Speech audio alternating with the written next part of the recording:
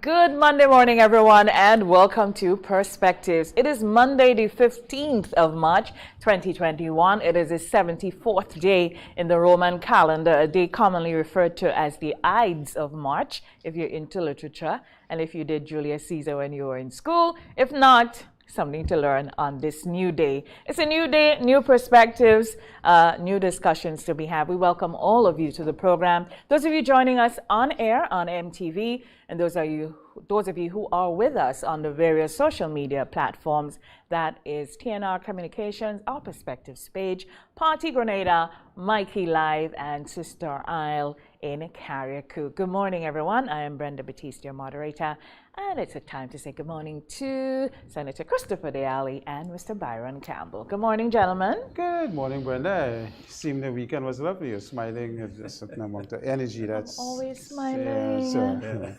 I can't help it. So, Brenda, good morning and morning to our viewers. This morning, as normal, I want to talk about our lovely beach cleaners. Because I promised to give them a big up this morning. You know, they keep our beaches nice and clean. Yes. And you know, when some of us nasty Grenadians leave our other trash there, they're there to make sure it's kept clean and remove all the nonsense that is left there by some of us Grenadians. So this is a kudos for all the ladies and gentlemen who work on the beach to keep our beach, Ghanaians in particular, spotless as it is now. So I promise the ladies I will do that. Kudos to them. Yeah. And that's great service. I wanted to talk this morning a little about, you know, this controversy that seemed to be going on in the local Olympic committee. And this $500,000 audit that was done and seemed to be monies not accounted for properly because of lack of documentation. What are the details there? Because I'm reading bits and bobs. Yeah, I mean, the president put out a statement saying that it was a documentation issue, but this report was done in 2016, 2017. And we only know hearing about that. Members of his executive only now got the report. That's why there was at least 5 of them resigned immediately when this thing was tabled. So it's unfortunate that it appears that in the local Olympic committee, there seems to be, I want to be careful with my words, that something not right. Let's put it that way. And you know, if you have a president there for 38 plus years and a general secretary for probably similar amount of time, and those things are happening, it begs the question. It really begs the question, do we need to change these people or not with these type of things happening to them? I mean, when you go and work in certain institutions, the reason they rotate people and they send people on vacation is because there's an audit function that when a new person comes in, they want to make sure and check to see that there's no strange things that are happening because you've been in the position for so long. Right. And now it's begging the question whether we need to ensure that let's transition, let's move new people in, get fresh eyes in, you know, and see how things can be improved or not. So, are you aware whether there's a internal control review process that probably could have, I don't like to use the word would have because it didn't happen, but at least some kind of controls that probably could have spotted this at some point? Well, or even now that it's out there, what is the review process? The fact that the audit was done and there is a lack of documentation speaks to the control procedures in its own right. And you're hearing a lot of things about, you know, documents not signed, checks being signed in blank. You're hearing a lot of stuff. It may or may not be so, but the issue is that we need to probably get a third party to go in there and really solve this problem, both for the reputation of the people there and for the organization. The accountability. And the accountability aspect. And you know, this is monies that we receive from an international organization. So their remit would be to IOC? Yes. Okay. IOC is the one that will give them the monies to execute certain sporting programs in the country and so on. So these are things I think that we really need to get on and get some deep investigations going. I don't think Integrity Commission has the authority or the remit because it's outside of their remit. So, I mean, we really need to get this discussion happening and start getting things to go on this particular, because it has a cloud over the organization, and that is important. You know, so. Yeah, it's an important issue. Quicker to get it resolved is the better. You need to give some confidence. I want to say morning again all. It's Monday the 15th. Halfway through March. Again, I want to say to the farmers, you see, we continue to have a moderate dry season and rain keep falling. Excellent to continue all your good practices, you know. But of course, over the weekend, we had the 42nd anniversary of the revolution, and there were a number of events, activities to mark the occasion. But again, I think there's different perspective on this, but I have my personal reflection, and I think I always reflect on the question of youth and the revolution. I think, and I always want to say that one thing, important lesson from that period was the question of youth in politics and in organization. And one thing we saw there was that youths were given responsibility and made accountable. And it demonstrates that we must invest in our young people, because we see what's happening now as a result of that investment in that period. I think one thing that clearly came out then in that period was the true friend that Cuba really is. That has been demonstrated over and over again.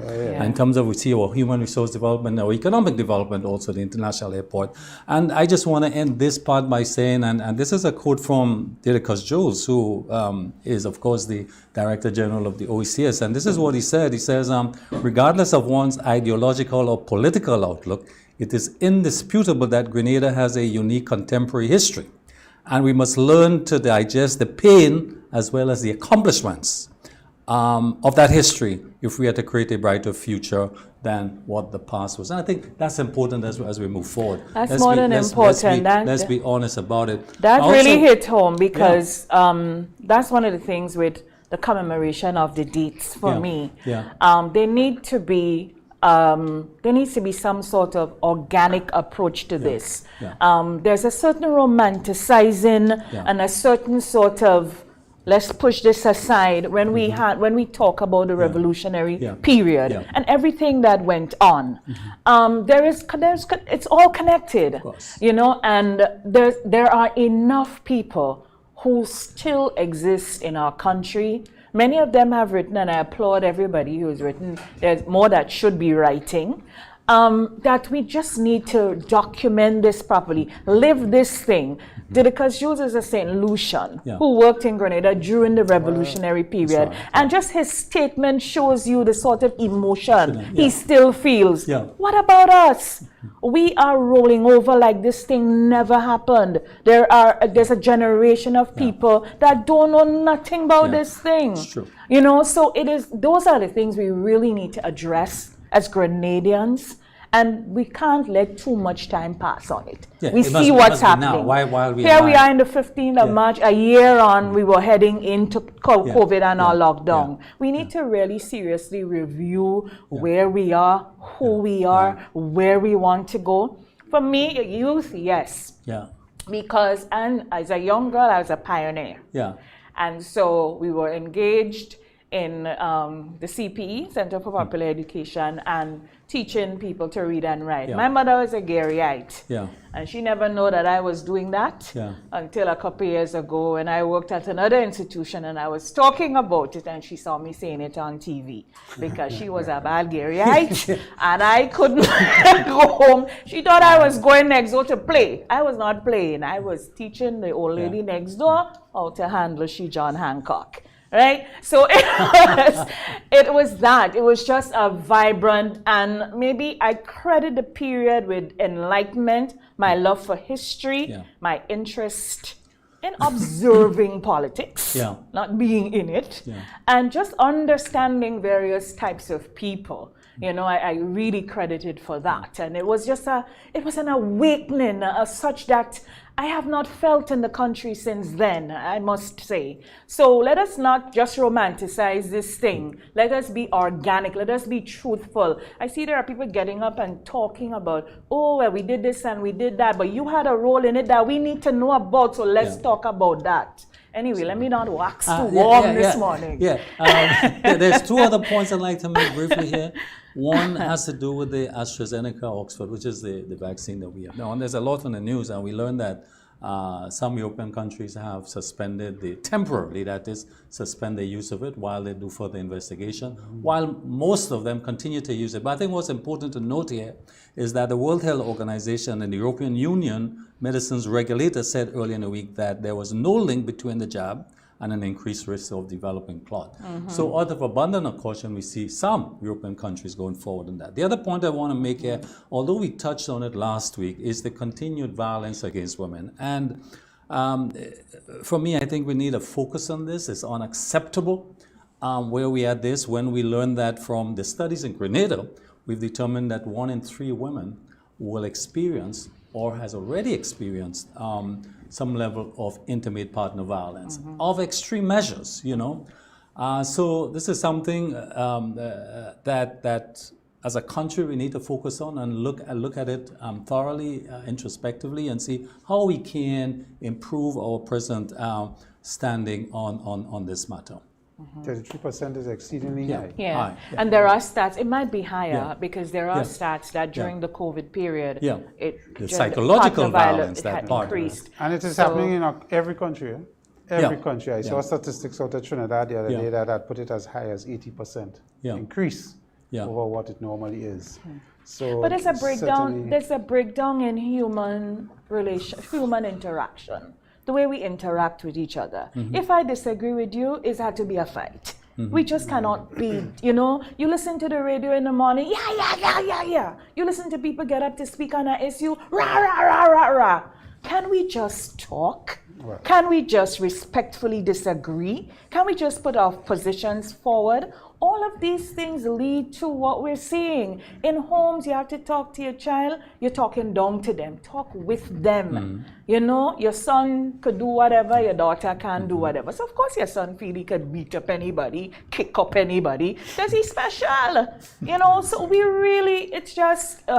Yeah, but I grew up in a home with boy and girl, and I never feel like I kick up my sister and do anything. Correct, because you were raised properly. You couldn't try that with your mother? No, you have to respect, and I mean, it's a lot. I mean, but the COVID, you know, the locking down and people being in each other's face and for such extended hours, we underestimate the reaction and the cause and effect of going out of the home for both the children and for the spouses. Yes. What that does to the relationship and how it keeps it in balance. But also, you know, it also shows whether you have a relationship. Right. Yeah, because a lot of people are finding out that I'm too big, you were. Yeah. Because so by the time you've been locked down. It's a really interesting way that we have to now do some introspection to understand how to balance what we have or what we don't have. You know, so that's a serious thing. In China, they were reporting that they were seeing high levels of divorces, never before.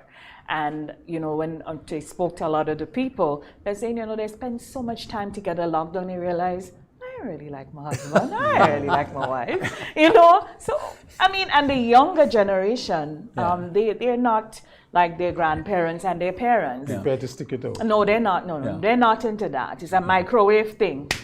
You gotta move. So, but it is, I still say we're small enough as a society, small enough as a nation, we're connected enough in a very intimate way that there are a lot of social issues that we could put in the work. You know, we don't have to, I don't think all is lost. No, not but at all. we have to find builders in every sphere of our Grenadian society, from the home, the church, the school, everywhere. You know, we have to find builders to, you know, bring the thing back. Yep. It is Perspectives on a Monday morning, and of course we're driving here our little perspective on things that are happening. Our special guest this morning, our special guest panelist, is the President of the Senate, Senator Chester Humphrey. When we come back, we're going to start our conversation with him and get his perspectives on quite a few matters. We'll be right back.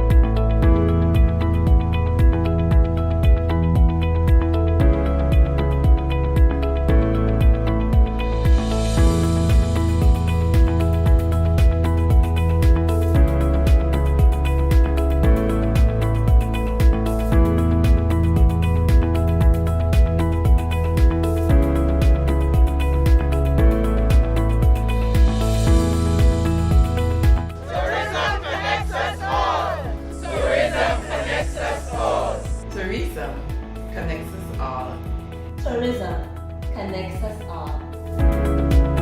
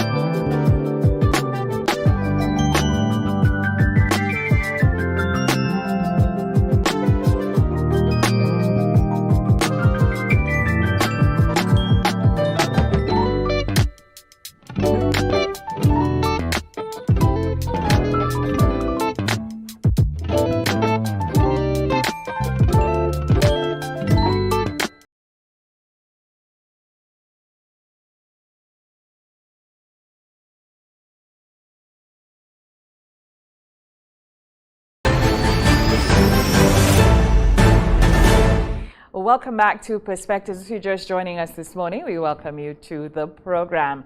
Before we introduce our guests, we must introduce you to these special sources from the GCNA. Of course, hot sauce. Senator Allie, you had these. Sweet and spicy sauce. And some more hot sauce. They're all made from our Grenadian gold and nutmeg. Of course, the GCNA at the Lagoon Road headquarters, the complex, the GCNA complex, is a great novelty store there where you can find all of these, and even on your supermarket shelves. Don't let them export too much of it before you getting into it, right? So try it out today. So you like it? Pepper with a nutmeg flavor. Oh, the zing, yes. Yeah. I had the cooler last week. Yeah. I had it when it was really cold. Yeah. Oh my goodness. Yes. I mean, according to them Jamaicans, it have a buzz. Yeah. It have a buzz. No, we have some good products on this year. I mean, I always bring them up when they come in. Yeah, it have a buzz. It have a buzz. Which started in earnest 43 years ago, had a continuum of 43 years, where we would have been today. That's a whole program, whole thing for itself. Which we want. And so you've heard his voice because, of course, he just can't sit still, right? And we don't want him to sit still. And it is a great, great, great pleasure this morning to introduce this special citizen of the world. Yes, he's bigger than just us, you know. He is of us, but he has given so much to the world and the region in terms of trade unionism and his expertise on many things. He sits in the highest chamber of the country as the president of the Senate. We say good morning to Senator Chester Humphrey. Good morning, sir. Good morning to you. I belong to the old school, so I would say Miss Baptiste. Senator Allie and Mr. Campbell. Good morning, good For morning. this moment, we'll be colleagues. So. All right, good. Coming after March 13th, it will be comrades. Here we come with it. Right. Talking about March 13th, though, I know you would probably have a very unique perspective on it. We've just passed 42 years, the commemoration on Saturday. And there were some comments earlier, but just before we delve into other matters, just your perspective on it 42 years later. Wow. I don't know how that could be condensed in a few seconds. Let's try. Except to say, when I listened to the conversation this morning, I just really like to make two comments on a very critical observation of yours, and that is the absence of us as a people of retracing our history, memorializing it, and keeping it alive. And one of the legacies of slavery is that we are a people that are trained to forget. And that's how you can go around this country. There is not a single, this is a country that emerged out of two major human catastrophic events. Native genocide committed by Europeans against, they wiped out an entire race of people, our Aboriginal forefathers, and African enslavement, right? And there is not a single monument, other than in Koyaba there is the makings of the relics of a canoe, but there's not a single monument in our entire country that recognizes our Aboriginal forefathers, and there's not a single monument to slavery, right? What happened to the Jews during World War II pales in human significance in terms of suffering and so on. We had 400 years of the enslavement of a people that had absolutely no rights. And outside of that enslavement, we developed a reinforcing institution of racism, right? And there is not a single monument of that today in any part of our country. So we have been taught and been trained to forget our history. And this is what you see happening here. You can go in our postal stamp collection and find a stamp of Elvis Presley, yet you cannot find a single stamp of any oath. The first non-white member of the British House of Lords was a Grenadian, and you can't find any place. I mean, we cannot even contemplate to move to a Republican status. Barbados is doing it. But I'm just trying to show you, historically as a people, we have been conditioned. And those who condition us have been very successful in doing it. The degree of self-hate and self-contempt that we have. I'm told that in the beauty business, the biggest part of that industry that is a multi-billion-dollar business is the buying of hair that is hair other than Afroid hair. And I have seen some strange, I've seen some strange black people. Some of them are blondes. So the degree of, my only comment on the March 13th thing is to say that you've made a profound observation, and we need to work out a way how we, and I believe that in my role, I have failed. Yes, because I don't believe I have done sufficient. Yes, we now have a statue of Gary, the one of T. Albert Marshall. I'm not sure where it now sits. Yeah. All right. But what about Fedon? Supposed to be at right? What about Chardon? Chardon was hung because he was Fedon's lieutenant. He was the second most important person in the 1795 revolution. Yes? So that's the only comment I'd like to make coming out to the serious opening. Just one thing I want to say for Senator, though. He says he thinks he has failed, but he still has a lot of years to go. No, but that's great. That's an acknowledgement because really and truly, I want to agree with him, and I thank him for saying that and being so genuine. Yeah, because people like him really need to come and I'll tell you one of my significant failures. Right? Our country does not have, as I speak, a national library. I mean, that is a serious bit of testimonial on how and where we put the importance of things. Yes, things have become digital and electronic, but in every part of the world you go. Next door in St. Vincent, there's a huge national library, downtown Kingston, and in every country of the world. Our national library, where I learned many things about our history, has remained closed. I mean, this is really unforgivable. And I take the responsibility of contributing to that because I sit in a certain place where I ought to be able to get these things up and done. Correct. If I'm to prove my word. Correct.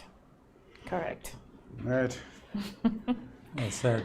Well said. So this morning we're seeking on the many skills that you've been blessed with. We're seeking on your experience and your science as a trade unionist.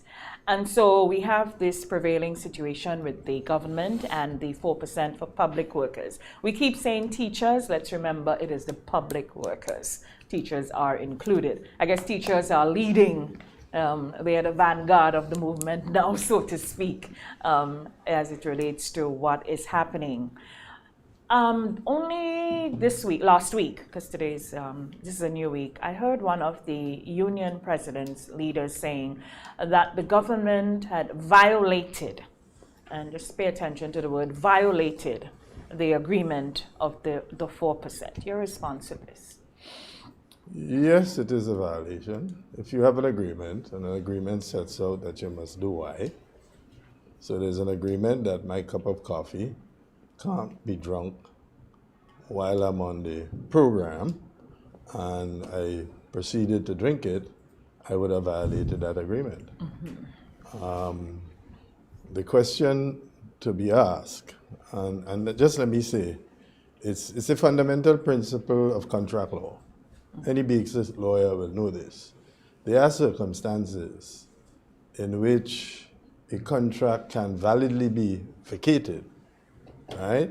Assuming you drew up a contract and the parties were not able to predict a particular situation, right? And then things radically change, as they would say in legal parlance or normally, as a result of an act of God, a non-predictable event which a contract could not have contemplated.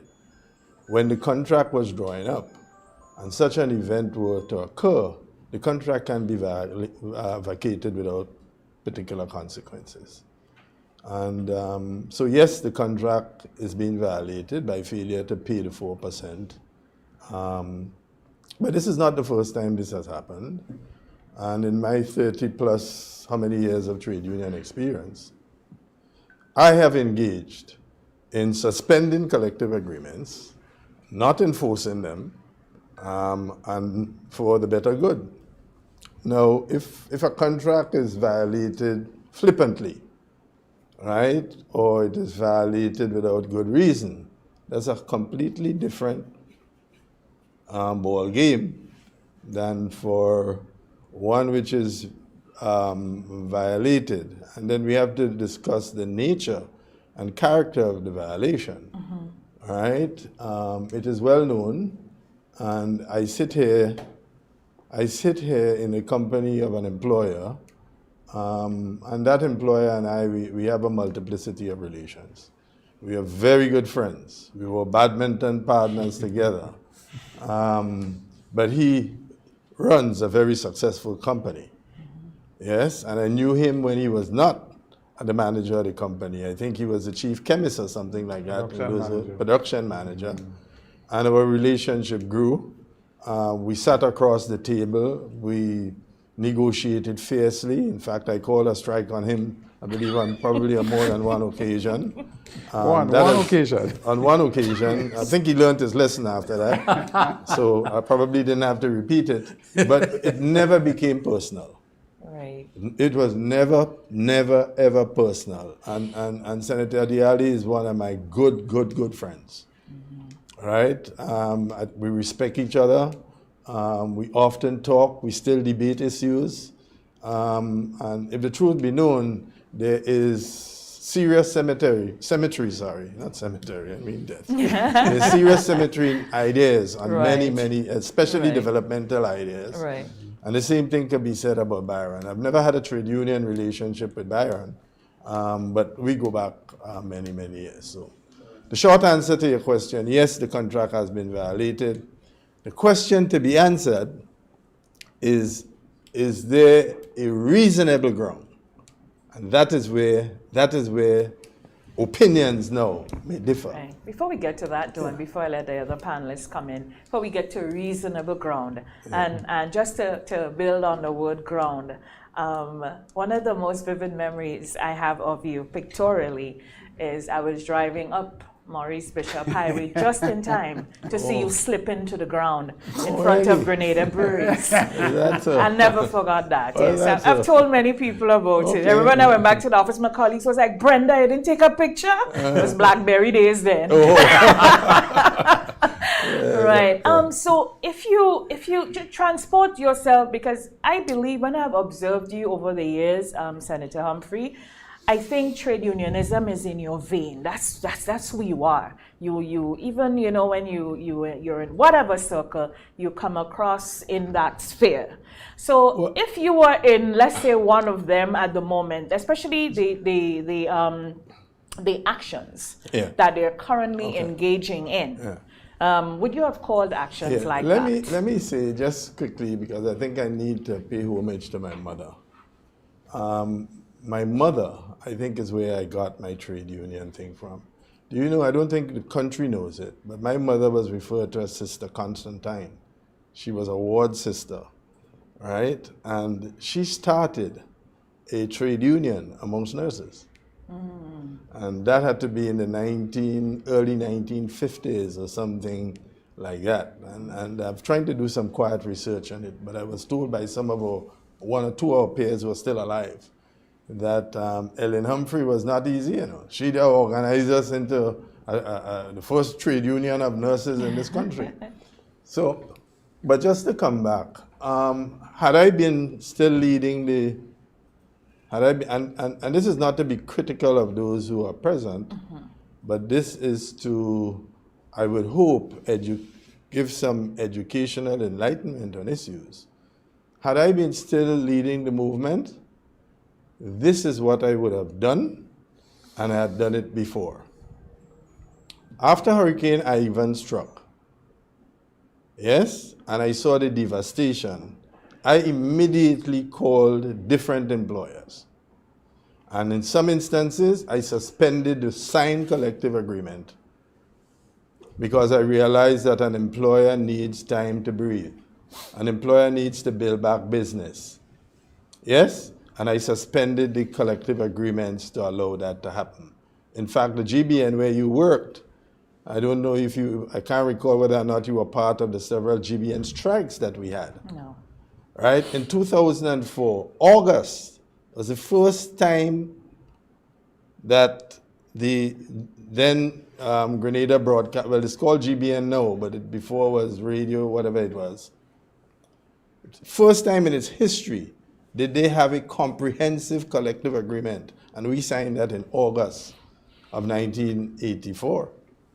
And by September, we suspended the entire agreement, including all the increases, which were given. The trade union initiated that under my leadership. In 2008, when we saw the crisis coming, because it started on the collapse of Wall Street, but the ripples didn't reach us until later, a particular company, Singer, wrote to us because we'd signed an agreement earlier in the year for increases. I think it was 5, 5, and 6 or whatever it was. And Singer said, look, business is really bad. We're going to have to lay off about 40% of the staff. So I told the guy from Trinidad, I said, give me a costing of how much money you propose to save by this layoff. And he gave me the costing. And I said, here's what I will do. Because most of the employees there were women, young women, many of them single mothers. And there was a branch in Grenville, as well as there was a branch in St. George's. And I said to him, look, here's what I'm prepared to do. I'm prepared to roll back all the increases I negotiated. I will roll back this year's increase, and I will do an audit. You and I will do an audit of business every 6 months. But in return, I want you to save all of these jobs. I will give up on annual vacation leave, a certain amount of that. I will extend the time for the rotation of uniforms, so you don't have to provide that every year. And uniforms was just about due at the time when I say, cool, that will save you a certain amount of money, all right? And we will keep the business going. And we did that. What happened? The workers' jobs were saved. They remained employed in that employment for another 24 months. A sister union who represented a similar set of workers never took the lead of what I did, and when their employer called them, 40% of their workers went home. Now, the union leaders are working and getting paid because the union paying them, but the workers who are affected by the decisions made by the union leadership, they ain't getting paid because they're home. Now, this situation, the largest financing package in the history of the United States, $1.9 trillion, was just passed by the US Congress. Businesses all over the world are shutting down. As I speak to you right now, a member, a fellow CARICOM member state, and that's Belize. You know what the government has proposed? Not a wage freeze, you know. The government is proposing a wage cut for public servants. The government of Barbados, who for 8 years never awarded any increases, right, had proposed to pay part in bonds and part in money. In the Grenada context, since 2013, workers have received consistently increases. For the period 2008 to 2012, not a cent in pay was given to public officers. There were no demonstrations, there were no pickets, there were no placards, there was nothing. Until towards the end of 2012, Madonna Harford and I led those joint negotiations, and we signed an agreement which came into effect in 2013. There was a change in government in 2013, and a payment was supposed to be made. Prime Minister called and he said, Senator Humphrey, I need to have a conversation with you. The payment I have to give to public officers, I believe, might have been about $10 million. I have that $10 million, but I don't have any money with which to pay CCC. And the debt to CCC had gone back up to 22-point-something million. CCC is holding the contract for the re-engagement and construction of roads. Remember, CCC was thrown out, then the same government that threw them out, bring them back, and then CCC said, well, I ain't starting unless you pay me because I need mobilization funds and so on and blah, blah, blah, blah, blah. And the Prime Minister said, look, is there a way you can give me a break? I said, PM, I understand that immediately. There's no need to explain. Our movement is built on solidarity. The public workers which I negotiated for and signed this agreement on behalf, they have been working for the last, all of 2008 right through. I have 300 construction workers, simple people, based mostly in the countryside, who were out of work since 2009, I think it was. So for more than 36 months, many of these people had not a cent in income. And yes, we have a signed agreement to make this award. I will go back. I, Chester Humphrey, will go to the leadership of the unions and get them to agree to allow you to use that money, which is due to be paid this month, March, to pay CCC so the 300 workers could get back to work, and at a later date when the government is capable of paying, it will pay. And I did that. See-through Francis. Adrian Francis was then the president. He had taken over from Madonna. And I called Adrian and I said, Adrian, here is the issue we have here. I had 300 workers. 300 of my members have not received a cent in pay. They're out of work. Many of them, credit unions have foreclosed on them. They've lost their little vehicle. Some of them have problems with house and so on, and paying whatever little mortgage and so and so. Right? This is a situation which faces the employer. The employer had $10 million to pay. Could we reschedule that payment? Let him pay CCC, bring the workers back on work, and then those other workers could get paid. Right? The Public Workers Union agreed, Cement and Waterfront Workers Union agreed, and TAU agreed, and that agreement went. The only people who opposed at that time was the leader of the GUT. Right? Now, I give you that example to say to you, in the context in which where we are, with the country locked down for several months, most public workers, except the essential workers, were at home. They got paid on time. They got their full pay. Was not like Barbados, was not like St. Lucia.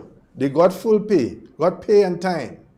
An interesting thing to note is while they were home, not able to work, not any fault of the worker, I'm not being critical of the worker at all, because this is a pandemic that we are trying to manage a situation which involves life and death. A strange disease has emerged in the world. The last time anything like this happened was 100 years ago. Yes? And the whole world is in panic. Aircraft, air transportation is grounded, thousands of planes. Businesses are collapsing all over the place. Those workers got paid every month on time. And do you know, while they were at home, unable to work, they were still earning annual vacation leave. So for the 3 months that they were home, or 4 months, when they were not working, that was treated as though they were working and they were earning annual. So when annual vacation leave is to be taken this year, it's not calculated on them having worked only 3/4 of the year, you know. No, no one has taken that into consideration. No, to be quite frank with you, I believe what is happening here is trade unions, the trade union leadership is leading by ego. By ego? Yeah, man, it's pure, straight ego. It has nothing to do... Why do you say that? Well, I say so because I try to find the reason behind people doing things, and I can't find a significant reason. Do you think it has anything to do with the interaction? Because they keep talking about disrespect and so on and so forth. What is disrespect? I even hear charges that if you break an agreement, you break the law. An agreement is a treaty between two people. A court may be able to enforce it. And if when the court issue an enforcement order, then you would have broken, but you don't break no law if you break law. This is a civil matter between two parties. And if an employer says to you, I have lost almost, and I don't want to get into a numbers game, whether it's 50% of the revenue, 60% of the revenue, I don't know. But the employer says to you, and there is a sufficiency of empirical evidence to show, because most of government revenue comes from cross-border taxes. Senator, here's the situation, and I'm not representing unions here, but this is the unions' argument. They admit, here's the situation that there was a legal agreement with the union and government in November 2019. Completely understand that. Okay, so that agreement or that obligation, that commitment rests. There was also, this is the argument, a legal arrangement with the WRB situation. Let me go there. Let me finish my question, my statement, because this is the union's position. Yeah, I understand. So a legal agreement exists with WRB in terms of the buyback clause when certain things happen, and there's a commitment with the government have with the union. Both legal understanding. One representing workers, one representing our electricity or energy sector. Both could be considered critical. The government, they argue, chose. Let me finish, please, Senator. Government chose, they argue, to proceed and honor the WRB. There was a decision by the government, whereas the government failed. The government did not give the the government did not recognize their commitment. The government made a choice, a decision on the matter. Okay. And they're saying, workers, we are more important. This is the one that should be satisfied. That is a contention that they have. How do you respond to this? And a valid contention, and I will respond to you in this way. Yeah. I will respond because all of this engagement has got to be on the logical plane, not on the emotional plane. Assuming that you had $1,000, and assuming that your vehicle insurance was about to run out, but you also need to replace the tires on your vehicle, and that replacement costs $1,000. Yes? Now, you are not sure how long your tires would remain intact so that your vehicle could keep going. But your insurance is about to run out. Which one would you pay if it's only $1,000 you have? Senator, the unions are arguing, say for them it's life and death, bread and butter. This is their argument. Please. I understand completely what you're saying. I've heard the arguments myself. Yeah. But you cannot tell me how many workers have died because they didn't get an increase. So don't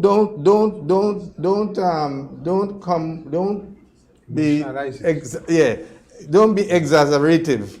And to put things out of proportion. I give you a typical decision that you have to make as a reasonable person. Your insurance is about to run out on your vehicle. You need to replace 4 tires. You only have $1,000. It's $1,000 for the insurance and $1,000 for the 4 tires. Which would you do? I would think that a reasonable person would pay the insurance. Right? Because I might be able to change a tire at a time. But if you pay the insurance and you keep your tires and something happens to your vehicle, then you end up to be a complete loss. And that is a similar situation faced by the government of Grenada. When the Court of International Arbitration ruled in favor of WRB and set out what the compensation package had got to be, the government had a choice. The government could simply say to the WRB, go to hell, I'm paying you. I don't have the money, I'm paying you. What will be the consequential effect of that? The consequential effect of that is that the very workers who, according to its president, he said some of them only getting $60 a month, may have to be laid off. Because the income, this is the decision of an international court. All it requires WRB to do is to register that decision in a court in Miami, register it here, and all of government international transactional income is garnished. So the government are not going to be, in other words, an airline coming here to land, and money it has to pay to the international airport. It is now directed, all the businesses, to pay that money into a fund set up by the court. What happens? You forget what happens. There's a precedent in that, yes. Yeah, so I'm saying to you, so it is not quite the same. The gravity of the situation is not quite the same, right? And so to engage in hyperbole and to say that this is a life and death situation, there's no life and death situation. When the president himself, in working out the consequential effect of the increase, you say for some people it's $60 a month. No, I'm not demeaning it, and I'm saying that there's a right.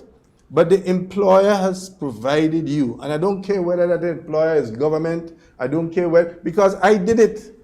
I did it during the NDC time, right? I put aside, as I said to you, when we had to have this increase, Madonna and I negotiated those increases, right, in November, December of 2012 to take effect, right, in the following year.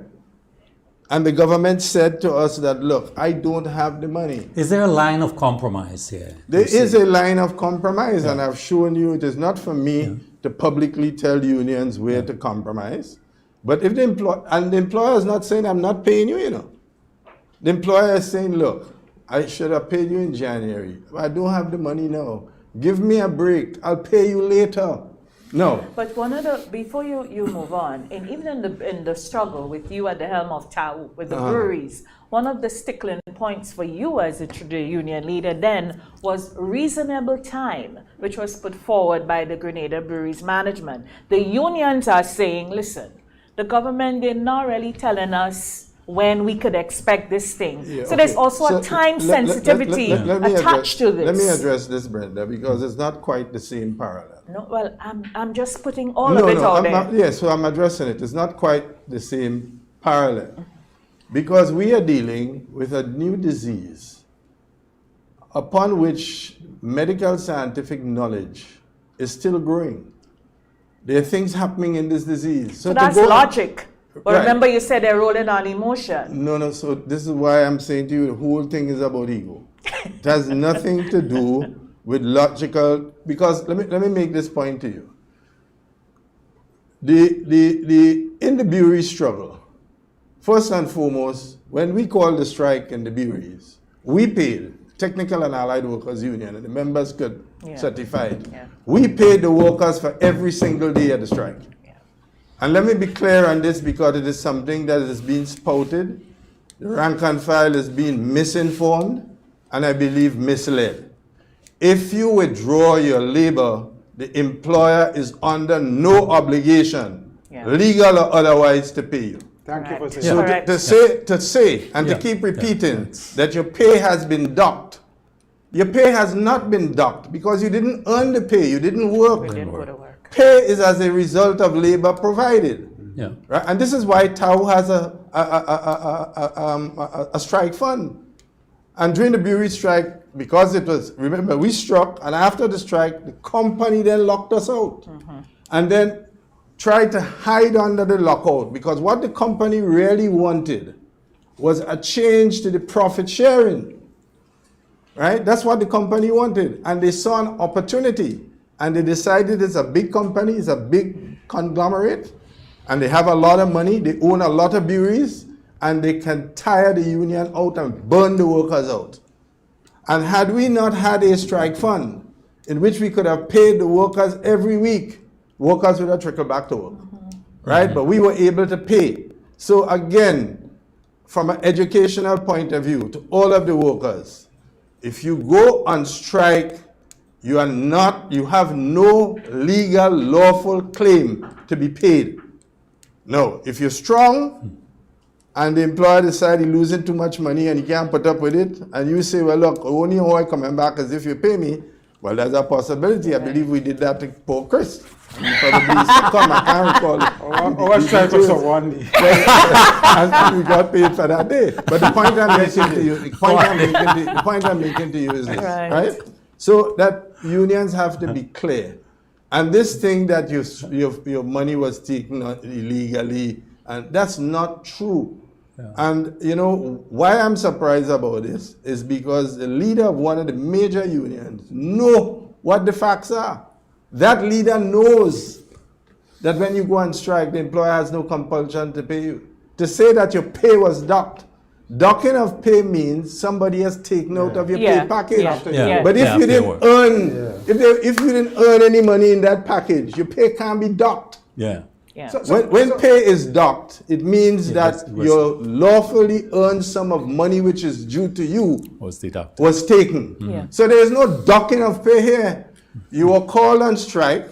The strike was badly organized because you never made a projection. You never surveyed the battlefield. You didn't know what terrain you was going into. So you had no preparation, right? And you called the workers out, right? The workers, with the confidence in you and so on, and militancy, followed you. And the employer decided, look, I'm paying. What's your next move? So I don't want to go down that road, but I believe for posterity and for the goodness of the movement itself. And let me tell you, the unions were warned. There's a particular union leader who no longer leads the GUT, right? And I'm not talking about the one who was just demitted office, not him, the one before him.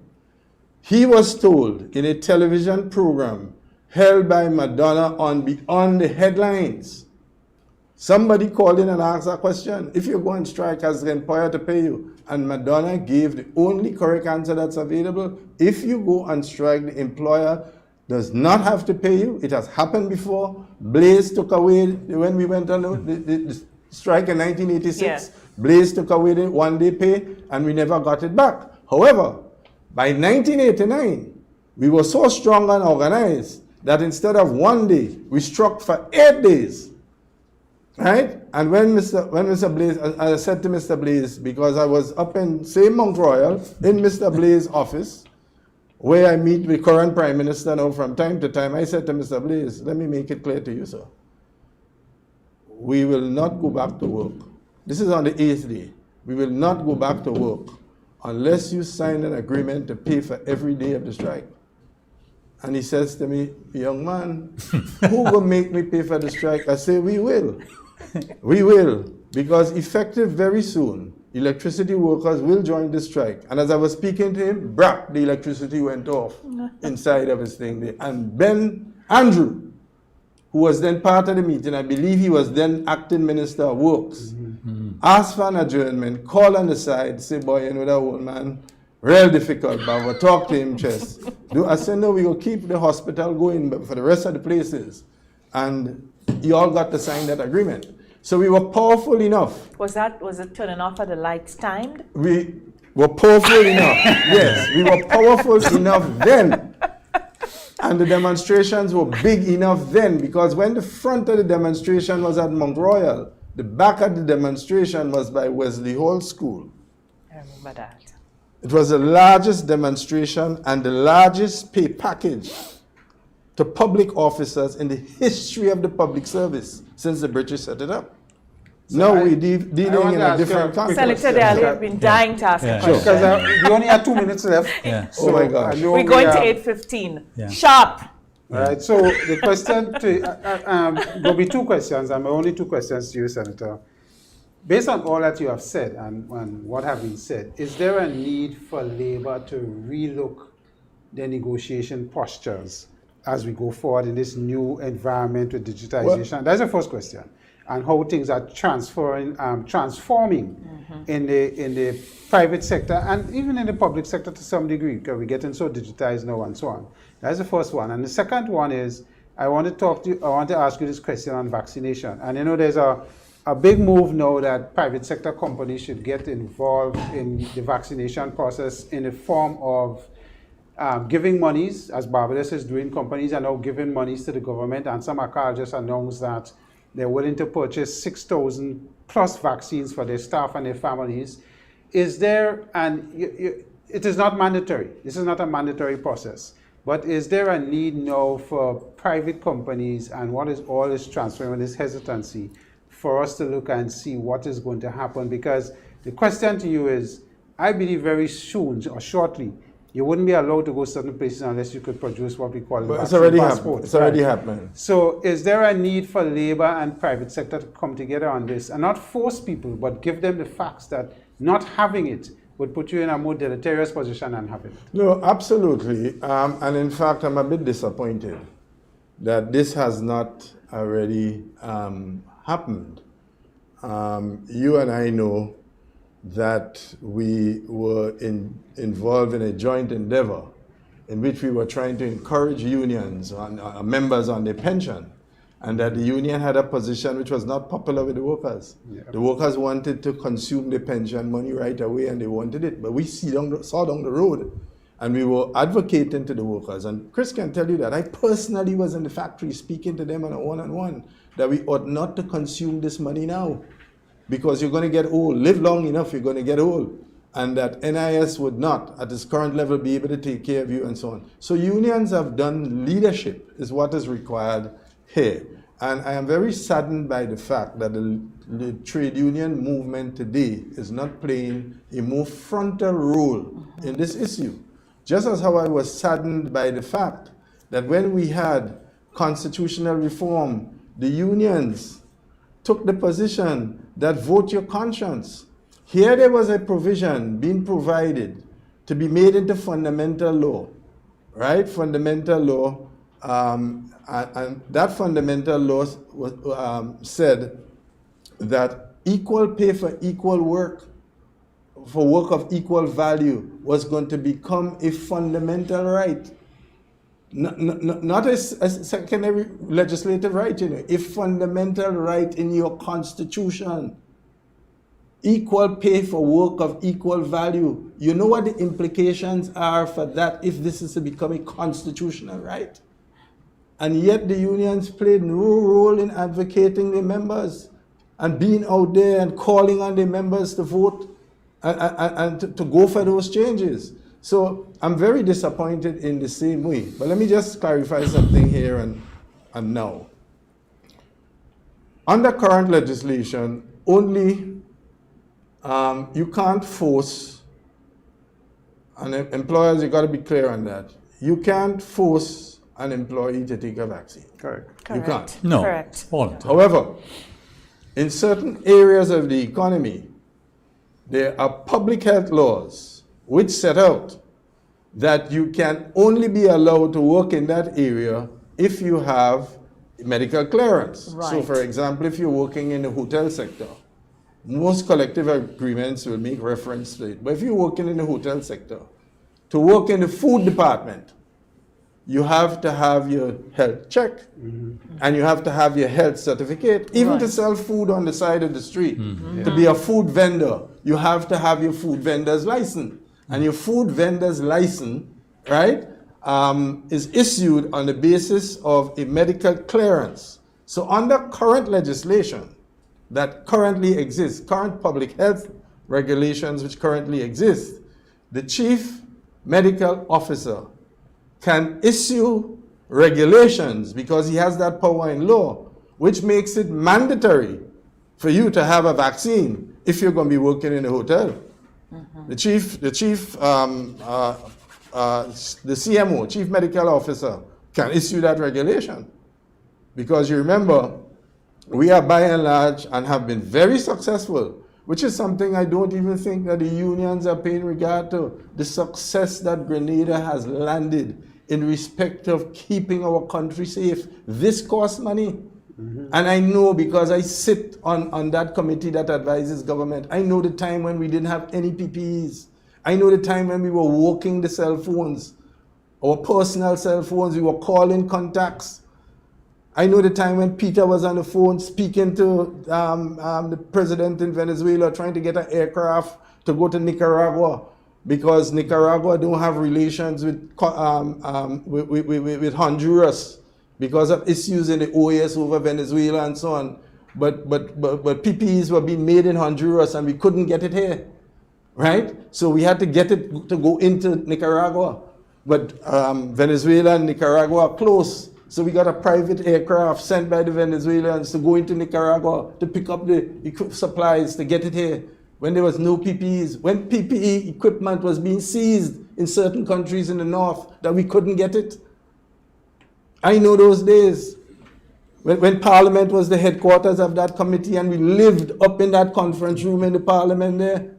When people were home, we were up there all hours of the night and so on, calling all different parts of the world. Senator Cox, a marvelous job in logistics. Yeah. Right? So I'm saying, even then, the trade union movement, to my mind, and I mean, I'm just being objective. I know I'm not singing from a popular hymn sheet, and I'll probably invoke the wrath of some, but so be it. I think for the benefit of the workers, because at the end of the day, are the workers, when you call the workers out, and the workers came out and lost pay, a lot of the union leadership that are on the soapbox shouting, they get full pay. Yeah. Because they're not on strike, they're doing their job. And the poor workers, who are poorly led, in my view, by leaders who did not have a clear plan.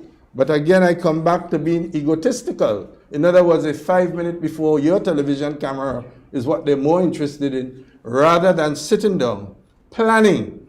Because you can't wage a battle unless you understand the terrain within which the battle is being fought.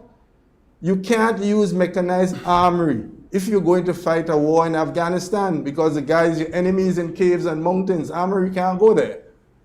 If we're fighting a desert, yes, you have mobilized armory. So unless the general understands the battlefield and has a plan of action, the only result will be failure, and the workers are the ones who will pay the consequences for it. But why are we fighting, though? Because there's this conversation about timidity and fights, which is just turning out, it's just different styles, and fighting just seem to be confusion. But I have this question for you, sir.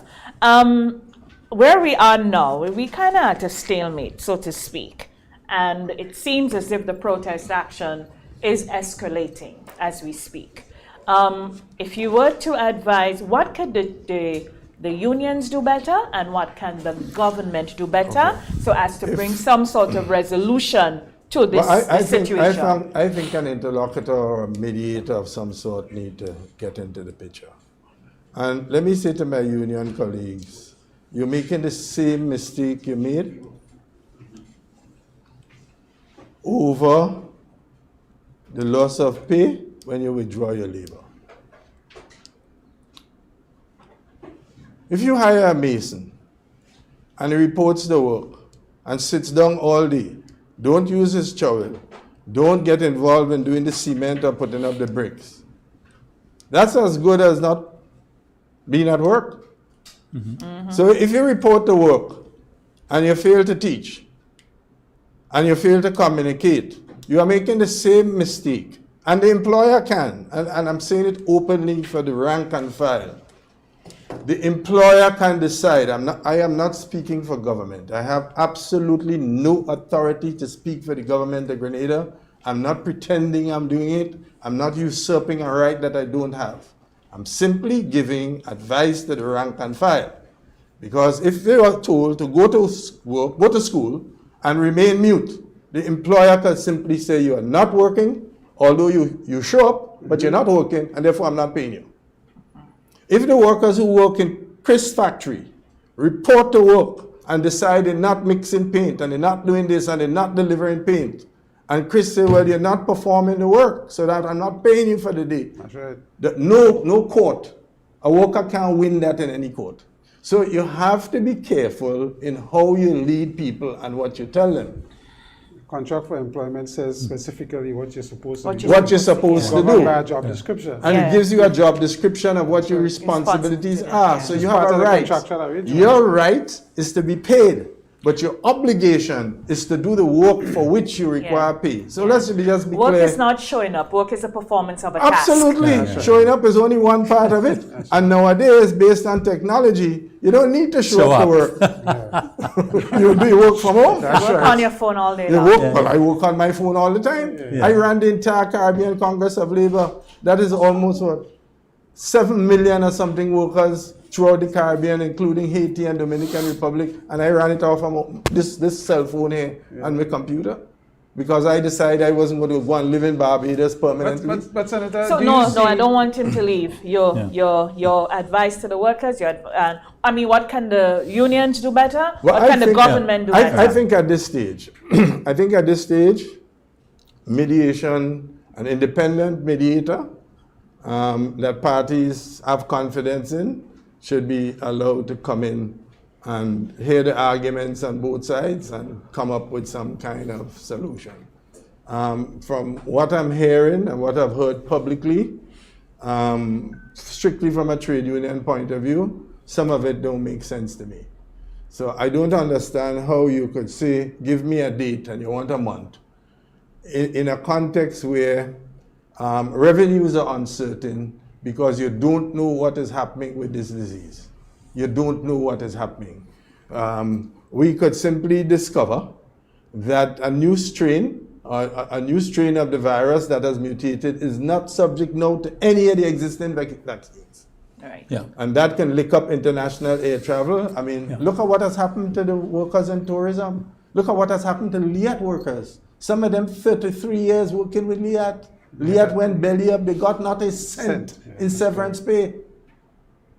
Doesn't the state have an obligation to try to help these workers? And some have been called back to work and don't get paid. And some of them have been called back to work and work now 10 months and still have not received a single cent.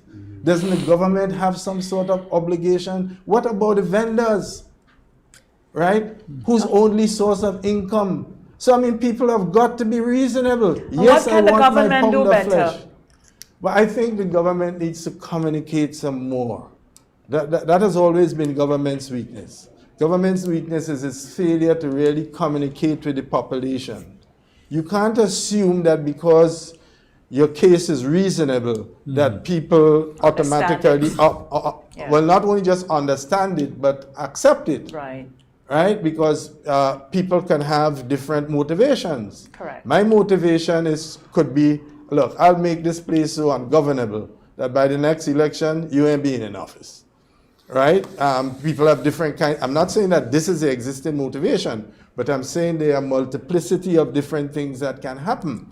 And I do not believe, and this is my own honest critique, that the government is explaining itself thoroughly enough. I think they're taking too many things for granted, and the population need to be engaged in the same way as we're dealing with the vaccine.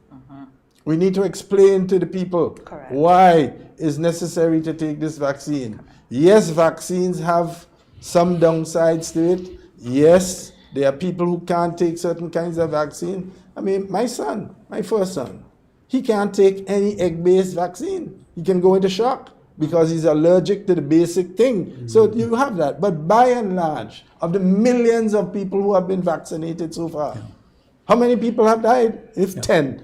I mean, the risk is worth taking. I have taken it. I'm going to take my second shot, and nobody can convince me, whether it's the mark of the beast or the mark of the who, I am taking my vaccine. The downsides is far outweigh the upsides. Well, precisely. And then we have to get the economy back. The upsides far outweigh the We downsides. have to get the economy back on the move. You have to sell paint, and for you to sell paint, you have to have construction. Correct. Right? The government has to get the money in order to pay the same workers and to pay them on time. The other thing that we doesn't talk about, this year, March of this year, most companies had to set in their taxes and so on. And the expectation is going to be significant shortfalls in corporation tax because of what happened in 2019. Well, look, let me tell you something. Most companies closed down. Take NIS. NIS is already under objective long-term stress because of certain things we fail to do. NIS is paying unemployment insurance, and there has been no provisions. Yes, there are funds that they can use, but unemployment insurance is something you pay for, Nobody has paid for in the circumstances we find ourselves. So this thing is holistic, so that when you are leading people, you have to see the whole picture. If we continue like this, the implications for NIS, and therefore the implications for me, I'm an NIS beneficiary, And let me tell you something. I mean, you may think otherwise, but I look forward to my NIS trip. And I get it with a certainty because I still have a son at university that I have to support. You following me? And the NIS is making a payment. I hear even trade union is cussing the payment made. And they don't seem to understand that this is bending backwards. Senator Humphrey, have you done enough to build a new cadre of trade unionists in terms of your succession planning? Well, is that an area that you have failed? Let me be very honest. The taste of the pudding is in the eating, right? And I would have to admit that I failed. Because what I see unfolding, I mean, if I give you when I look at the state of the Caribbean Congress of Labor, and the amount of work I put in that organization, I built it up to a certain standard, etc., and where it is now. And I look at the labor movement and where it is today. I look at the things that we used to do. We used to produce our own newspaper, right? I visit my union's online site not too long ago. And you know the stuff that I posted that I still see up there, and there's hardly any new stuff. And we're living in a digital social media age. And so how much... Is labor evolving with the new times? Yeah. Even in the interaction. I don't want this to be, neither do I want to be a flogging master. Mm-hmm. So maybe we need another program of some sort. Yeah, because you're running but coming back to this issue here, I believe that, I believe, as I said to you before, reason has been surpassed by ego. And I think there is more an effort of getting the 5 minute in the television camera, because the workers are going to be worse off. Well, I mean, there is a contention that if this is forced, then the government will have to consider some sort of either cut in pay or reduction in staff. And if it can't, by constitutional means, cut the public service, then it has to cut poor people, children, who are workers too. Do you know there are some families where all the breadwinners are unemployed? Yes, I have neighbors. Right? And the youngster now gets a little job because he or she is a traffic warden, or he or she is a health inspector, meaning monitoring the homes and monitoring different things. They're getting a little sum of money there. Now, people may interpret that to be a political mechanism for political capital. Well, that might be the case. I mean, but the fact of the matter is, do not lose sight of the fact that this is vital income for some people who have no income at all. And you know the sociology of a young girl who lives in a family where nobody is working. I don't have to spell that out for you. So if the government has to cut, it may not have, it probably can't cut teachers, right? But if the teachers and other public workers insist, then the government has to cut the funds, because there is a limited amount of funds that's available. We don't print money. We have one regional central bank. So if this 4% pay doesn't happen, or because it seems that everybody, if it doesn't happen in the time frame that it's being insisted on, and this just keeps this whole disruptive element, which is a natural part of what the unions are doing. How do we, and there are so many other fires to out, how do we sustain this? This is, you see, and I come right back now to my current moment. When I advocated years ago Project Grenada, which I consider still to be alive, this is what I was talking about. I was talking about an engagement that is not along ideological and belief lines, but an engagement which looks at what is good for Grenada as a whole, right? And when you look at what is good for Grenada as a whole, you look at what is good for the whole people. Consider yourself fortunate. You have a fixed payday. You have a guaranteed payday. You have that money coming in, and it has come in on time each time. But it keeps saying we have a signed agreement. Yes, but so what? You have a signed agreement, so what? I'm saying to you, there are circumstances which can lead to the vacation of a contract of agreement. So somebody needs to look somebody in the eye and caringly and considerately articulate that. Listen to me. I You know? hope that that's why Because I it will came just on this. continue. This is why I came on the program. Yeah. I am not on the program to be critical of anybody, but I'm on the program to say to people that you have to enter the plane of reason. I'm not blaming the workers because the workers are being. If I was here still, right, I could go to the very said workers and explain to them why it is we could, and I've done it. So I'm not doing something that I have not done. I'm saying to you, Adrian, Francis, and myself postponed a payment that was due by contract so that the money that the government then had could be given to CCC so that they could start to work and more workers could be employed. That is what solidarity is about. Solidarity is not about me. Right? Because if the government has to cut, it means it has to cut all those little people.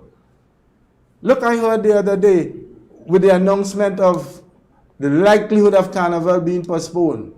The Prime Minister said, look, I've given instructions to the Ministry of Culture to meet with the key artists and people who make most of their livelihood. Let us see how we could put something together and say, well, okay, in Carnival, you used to make 100,000. We can't afford that, but the government will be able to give you, maybe we give you $20,000, and let's find some way, maybe we'll be able to give you some concessions. We may be able to get a soft loan for you to do something. Find some creative way that people can buffer themselves while we are in this struggle. We are not going to be here forever. No.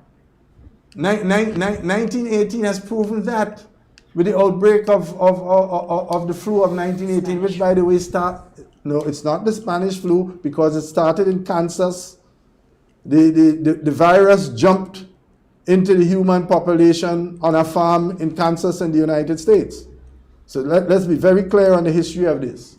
But of course, they didn't want the stigma. Oh, they call it the Spanish flu only because the King and Queen of Spain got it. But it was their soldiers who went into Europe. But we're not going to call this the China flu. We're going to call this COVID. But there have been attempts to call it that. No, we're not going down that road. We're not going down that road. No. So I'm saying, Brenda, to wind up, and I'm sorry to be long-winded about this, and gentlemen, we'll have you back. If I displace you, I must apologize. No, not at all. I think we expose similar views. I'm giving you my view.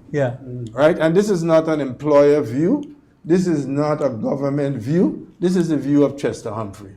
And you know me. I talk straight, Chris. You know I don't pull any punches. I tell you exactly how I feel. You're always certain where I am going.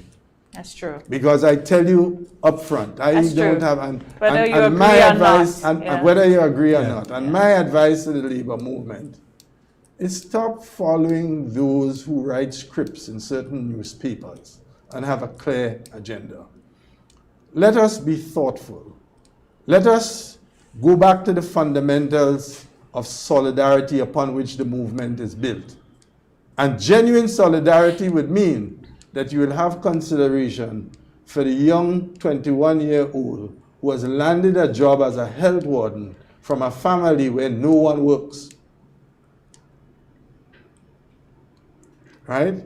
And holding the government by its throat in order to get the $60 or whatever, right? Means that the elderly people who have no income, who the government has to help in these very difficult times. And this is not a Grenada government problem. The whole world, $1.9 trillion.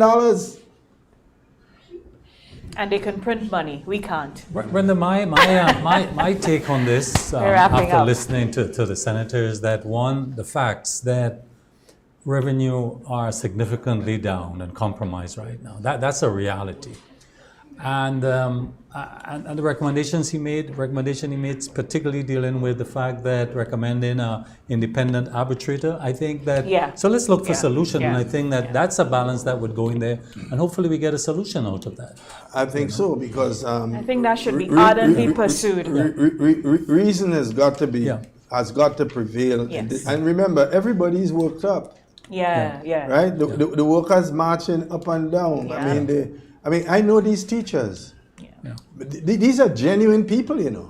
These are genuine people who play a role. Without teachers, we can never conquer the problems of underdevelopment and poverty. Correct. It's a fact. Yeah. Correct. So these are very significant numbers. Unfortunately, I make a distinction between those rank and file and dedicated people because I don't think they're happy being out of the classroom. That's not where they want to be. At all. But they are being led there. Dedicated teachers. I think they are being led there. And as I said to you, that leadership, to my mind, is a leadership of ego.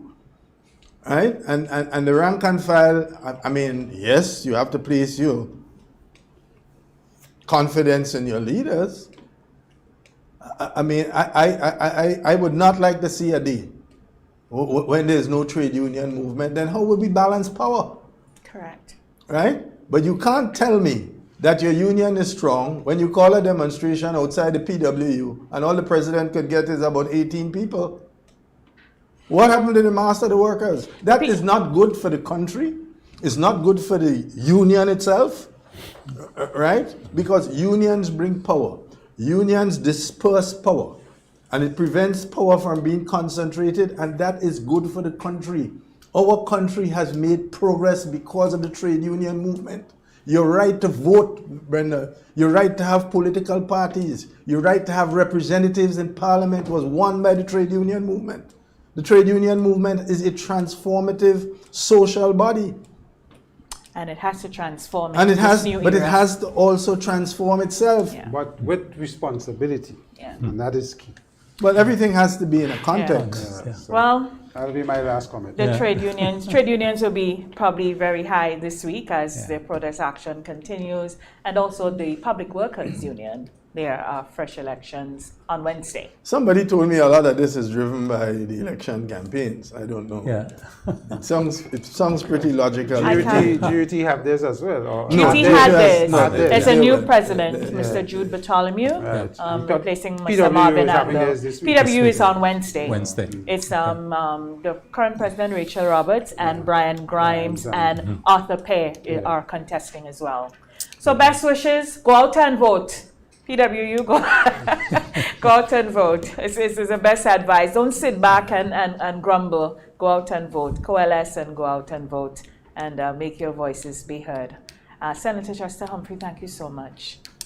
It's I been hope a I met pleasure your as always. expectations. We're going to Always. definitely have you back. We need to have more conversations about history and all of our cultural and social preservation, if you will, because that's our identity. Yeah. But thank you so very much. Well, thank you Thank to you. you. We appreciate it. It's a good week, all. And your listeners. Yeah.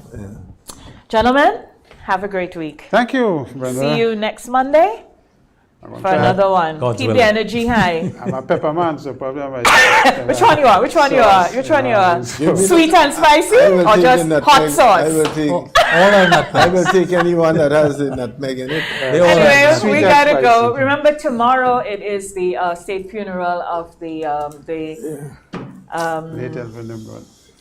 the interment rather of the late Mr. Elvin G. Nimrod of Carriacou, Martinique.